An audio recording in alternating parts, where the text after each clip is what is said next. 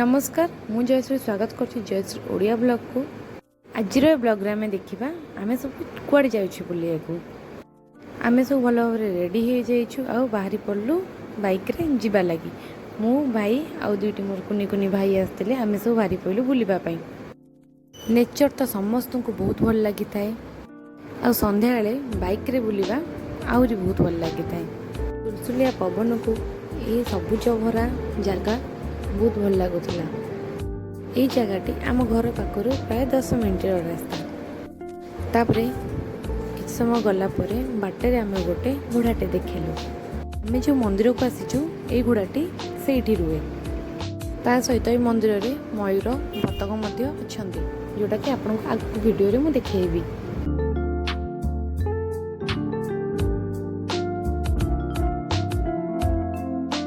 Finally आमे आसी मंदिर रे पहुंची जाइथिलु। तापरे एठी हाथ गोड़ मुह भल भाव धोईकी मंदिर भीतर को जाइथिलु।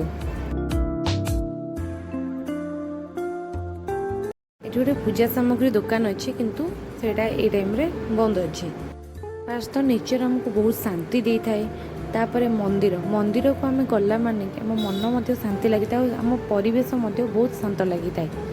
मंदिर को मैं आसिकी किसी समय ये बसिलु। तापर आम सेपटू जाइलु मयूर देखापी।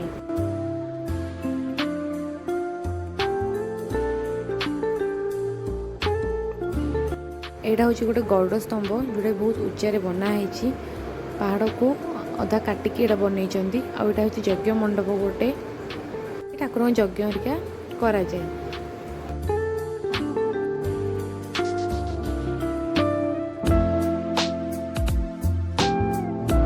तापर ऊपर गोटे अच्छी छोट शिव मंदिर आम से जाइलु।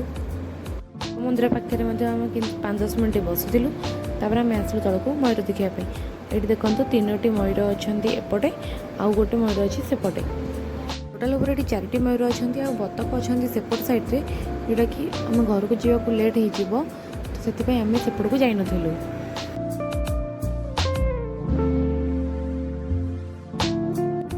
मयूर देखि सारा पर आम बाहरी आसिलु घर को जीवा लगी।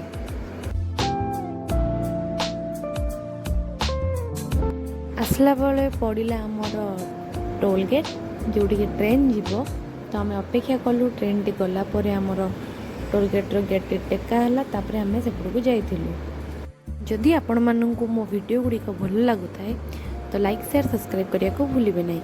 आउ गोटे मोर कुकिंग चैनल अच्छे जार लिंक मो डिस्क्रिप्शन बॉक्स रे दे देइछि। तापर किछ समय पर आम पहुंच जाइलु घरे।